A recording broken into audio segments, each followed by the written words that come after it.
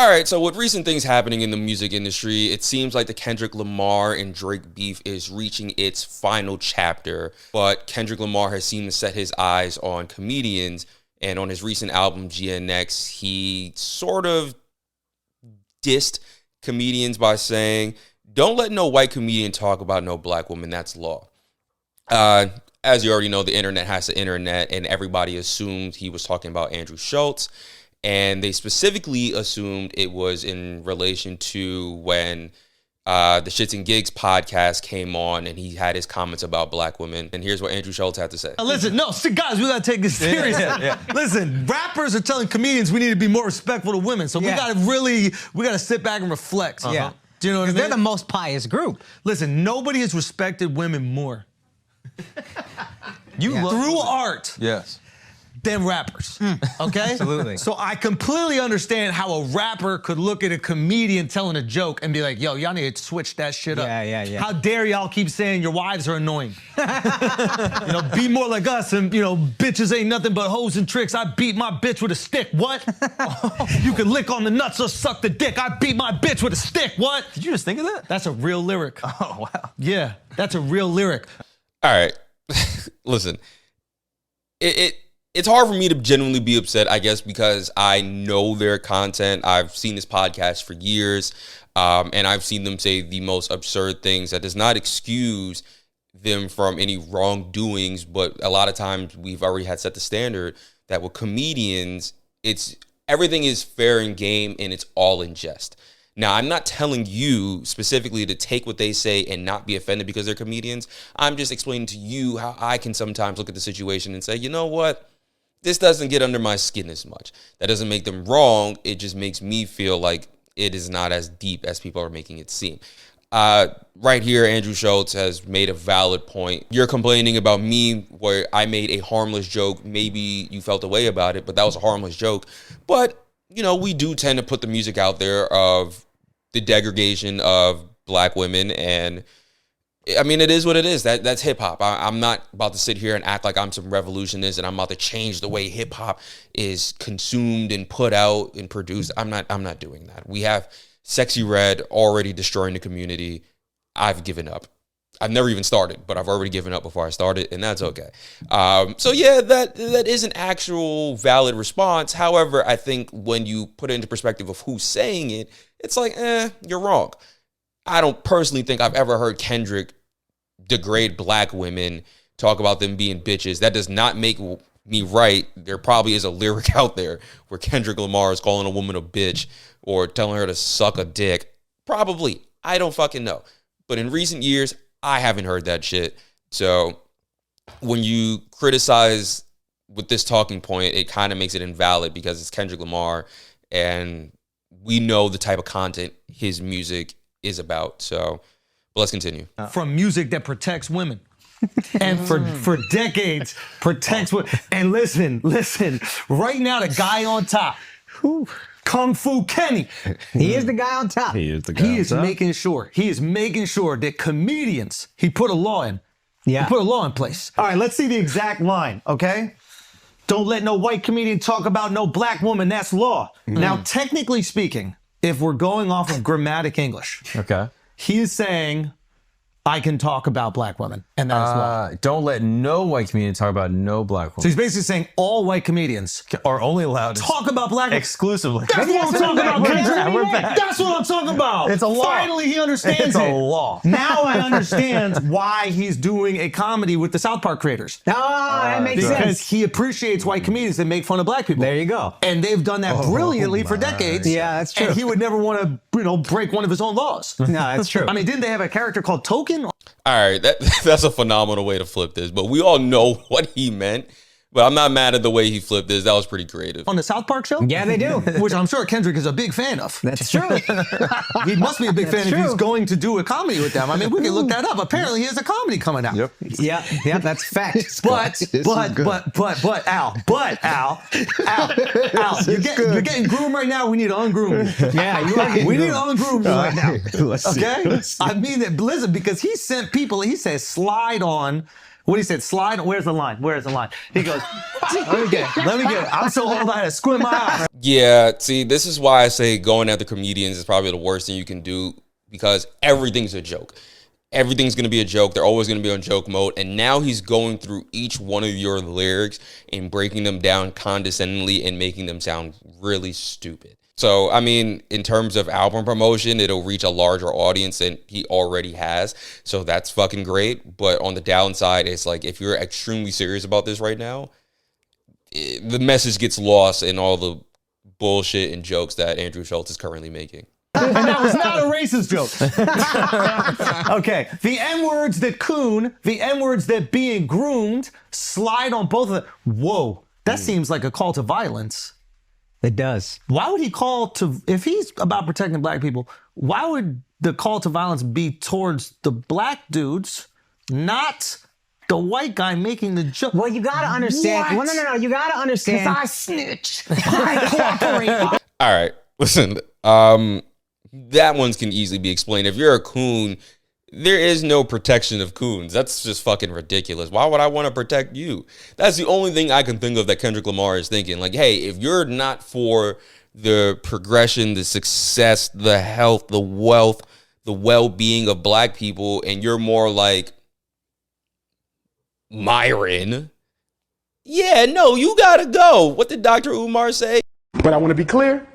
I know some of us love our children, but some of our children are so far gone that we're going to have to put some of them to sleep. You gotta be put down. I'm not, we don't take coons with us. That's crazy. So Andrew Shulz right here, I think this is where the joke gets a little unraveled and convoluted, and it goes from funny to just, like forced. It quite frankly forced. I mean, like I said, I've listened to this podcast for a long time. I think the jokes lately have been extremely forced. And maybe that's why these jokes now come off as harmful, racist, anti-black, as some people are saying on the internet. Tell! Yeah, litigation. Okay? You go squabble up in a jail cell. Here's what you gotta understand about Kendrick. It's very important to him to protect black women. That's why he's never done a song with an abuser confirmed. He's never done a song with anybody that's suspected of abuse. He's never threatened to remove his music from Spotify because they removed R. Kelly's music, who for sure fucked and held captive underage black women. Hold on.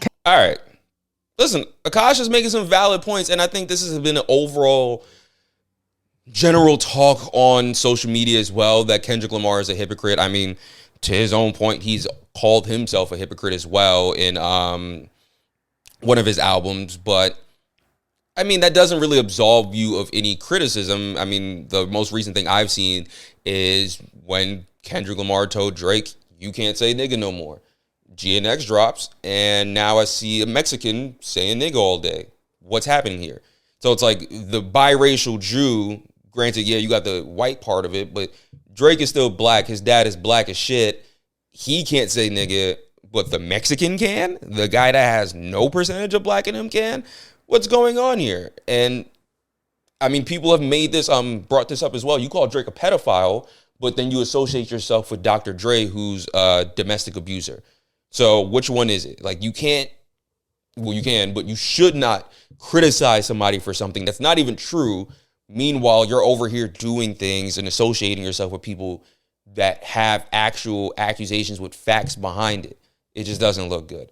I mean, yeah, like I said, Akash hit the nail on the head, unfortunately, and that's what it is, what it is.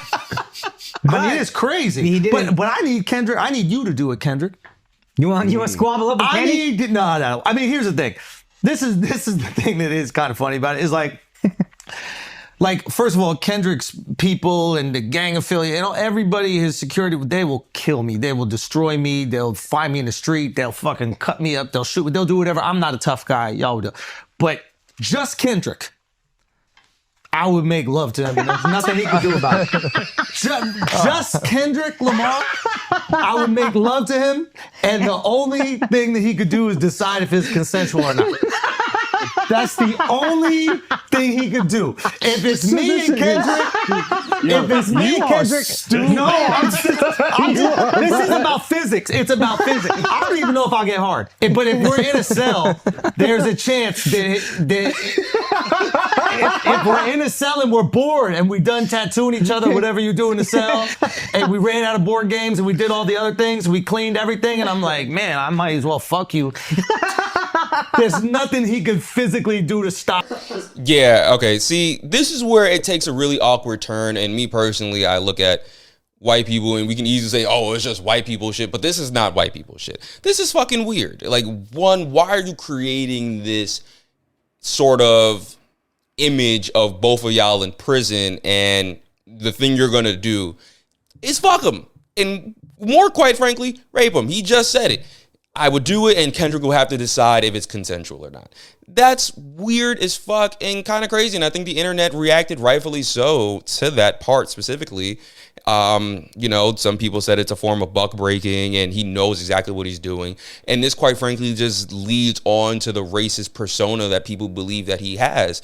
I'm not going to go as far to call him racist, but that felt racist as fuck. I'm not going to lie. That was weird, racist, and definitely rapey as hell. I mean, obviously, if you're forcing someone and you're saying, hey, well, you're going to have to decide if it's consensual or not, that's rape. I don't really know the direction he was trying to take us with that joke, but this was not the direction it should have went in. He could have kept it straight, simple, to the point with the other response. Going off the deep end like this isn't good. And I think Al, more importantly, has taken a lot of criticism like this for this, being the only black guy in the room to not speak up and use his voice to say, hey, chill the fuck out. I agree. At the same time, this is your boss, nigga. What you gonna do? This is your boss. Like, either you're gonna stand up on your own 2 feet and quit and leave, or you're not. And it's very clear he didn't. But I can also see a side where Al is like, I know he's not fucking serious. He's fucking around. He doesn't mean it like that. And that part took over, and there was no judgment of, hey, yo, you're really kind of getting out of line right now. That sounds fucking nuts. This is not even funny. But let's continue. Stop that. Besides, put his legs in the air and choose a position. Maybe I'll let him choose a position. Why are you pulling this picture up, Mark? Why are you doing this? Put up that picture of him and Travis Kelce's girl. Look at that shit. Oh my God, dude, that's unbelievable. Yo, I'll be honest. I would go so far as to say, I don't think he could stop most people on the planet from having sex with him. Like, the only reason he got security is to stop people from having sex with him whenever he wants. Now, don't get me wrong, there's people who could fuck me against my will. Yeah, see, that's how you deflect it. Like, now you gotta make yourself look like the one that's gonna get raped as well.